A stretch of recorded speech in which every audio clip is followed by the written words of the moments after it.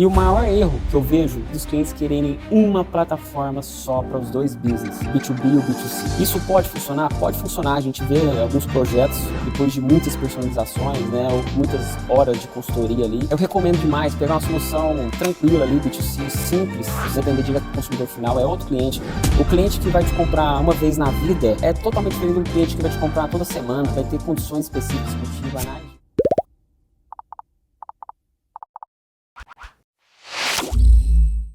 E aí pessoal, tudo bem? Bem-vindo ao canal da Zyton. No vídeo de hoje a gente vai estar falando como que surgiu o e-commerce B2B e quais são as suas principais diferenças com o e-commerce B2C. Primeiro, explicando o que é o B2B e o que é o B2C, tá pessoal? Que a gente sempre fala. B2B é business to business. São empresas que vendem para outras empresas. Então, mais distribuidores que vendem, ressuprem o estoque do varejista, né, ou de outros fornecedores também. Indústrias que vendem para distribuição também. E o que é o B2C, né, que a gente chama? É seja quem for, seja um varejo ou uma indústria vendendo para pessoa física. Business to customer, tá bom? Esse tema é muito bacana de falar porque sempre tem muito essa polêmica, né? Como se o futuro fosse 100% vender para pessoa física. Mas a gente sabe que não é tão fácil assim, né? Ainda mais um país continental como esse Brasilzão, a gente tem na cadeia de distribuição vários negócios que são cruciais para chegar nesse atendimento, seja de um serviço ou dos próprios produtos que a gente compra aí no supermercado, para estar aí lá na prateleira, né, das lojas. Esse processo dali para trás, até ele chegar naquela prateleira da loja ou até o produto chegar na sua casa, ele é bem longo e, dependendo do mercado, dificilmente ele vai ser conectado direto da indústria pro consumidor final. Tá bom? E voltando pro ponto, né, do tema de hoje, sobre o que é o e-commerce B2B. E-commerce B2B, pessoal, é uma plataforma, tá? É um portal de vendas entre empresas. Vou dar um exemplo.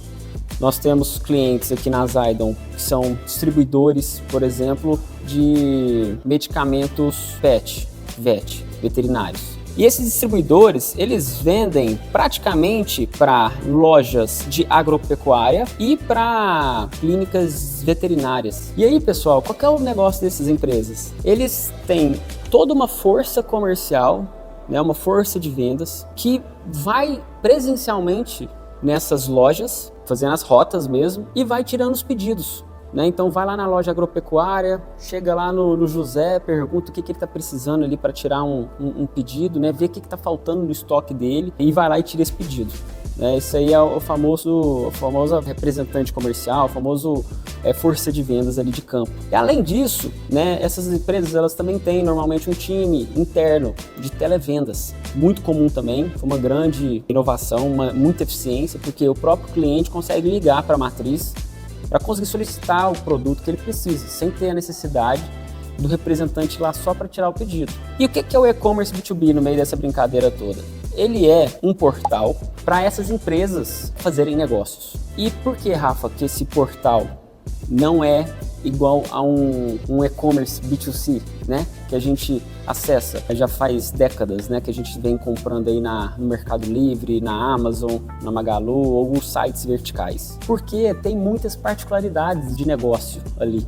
Essa venda hoje, ela não é assistida por um vendedor à toa. Ela é assistida por um vendedor porque ela tem regras de tabela de preço específica, condições de pagamento específico para aquele cliente. Tem várias condições ali de preço, desconto, forma de pagamento, crédito, prazo de entrega, preço, né, do frete também. Enfim, são algumas das grandes diferenças aí que tem entre um e-commerce B2B e B2C. E no mercado B2B, essas regras de negócio, muitas vezes, pessoal, elas estão no que a gente chama nas retaguardas, né, que são os RPs. Então hoje a Zyton aí tá atuando já com várias retaguardas, né, seja o Sankhya, o RP Sankhya, Proteus, DataSul, Wintor, temos também com o Bling, né, Tiny, esses mais simples, né, retaguardas mais simples, que tem menos personalizações, menos variações, mas a gente se depara que esse mercado de distribuidores e indústrias ainda falta muita digitalização. Por isso que a digitalização desse mercado é um movimento sem volta. Claro, a pandemia acelerou esse movimento, mas a gente está ainda só no começo dessa grande transformação. Hoje, nem 5% das vendas distribuidores, né, B2B ali, são digitais.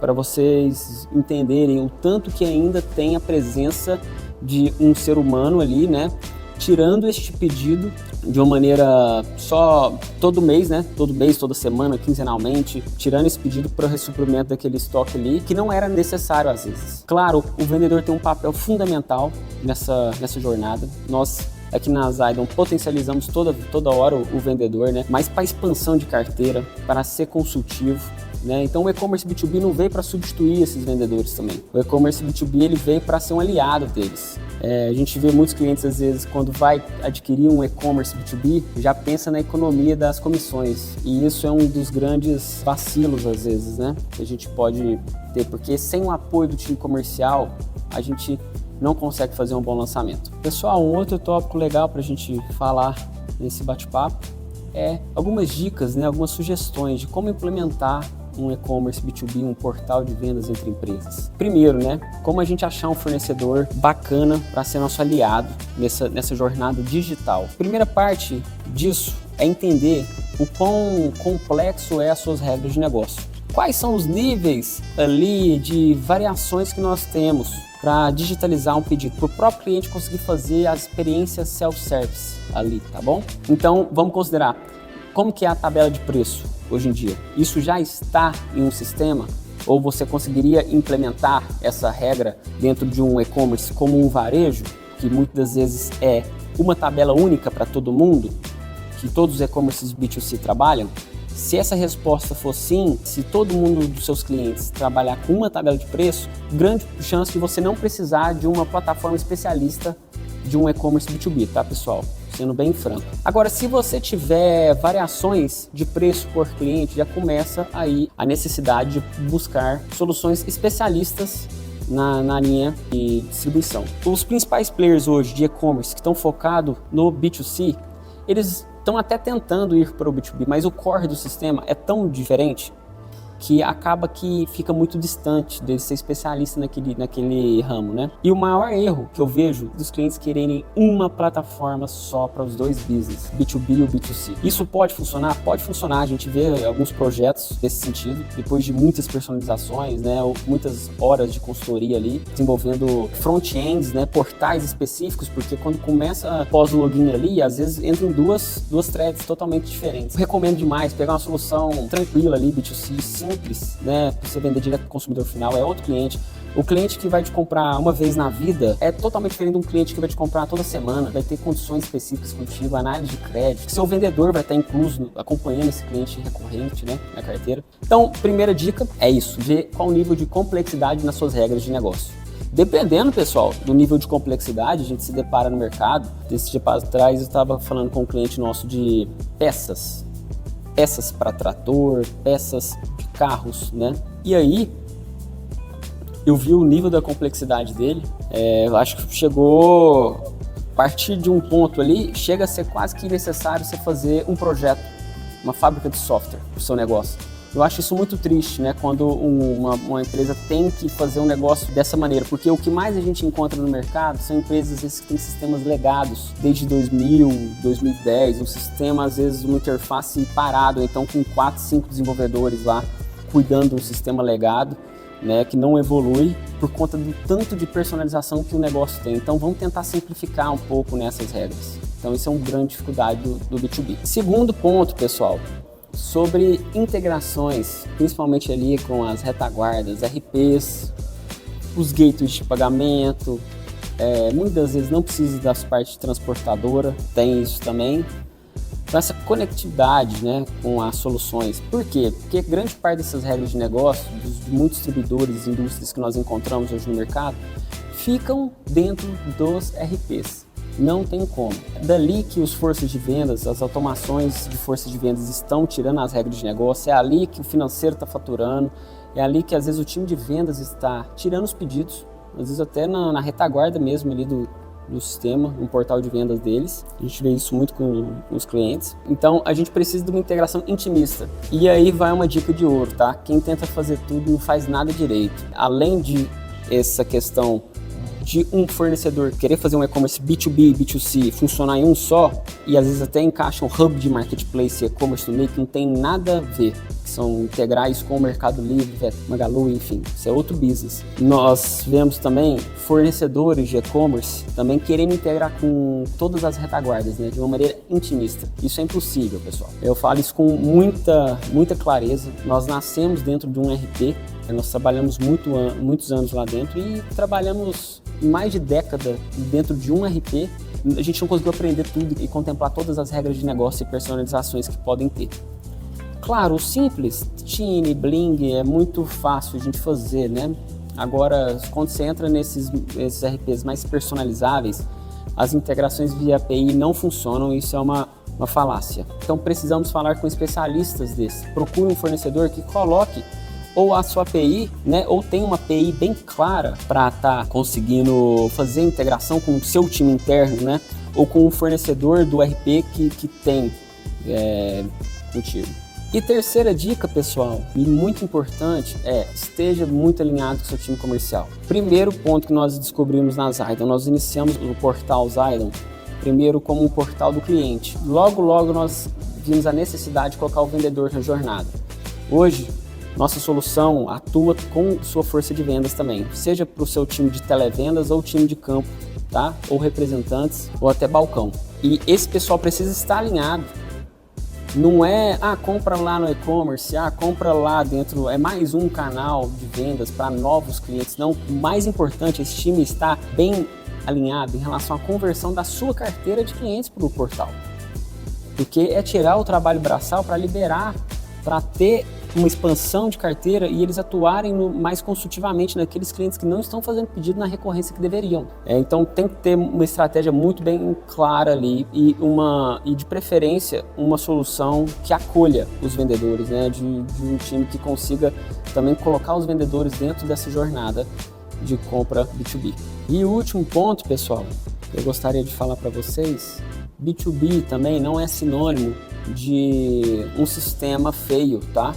Um sistema quadrado. Não, a gente vê soluções, a Zydon está focando cada vez mais em trazer experiências mais magníficas ali para o seu cliente.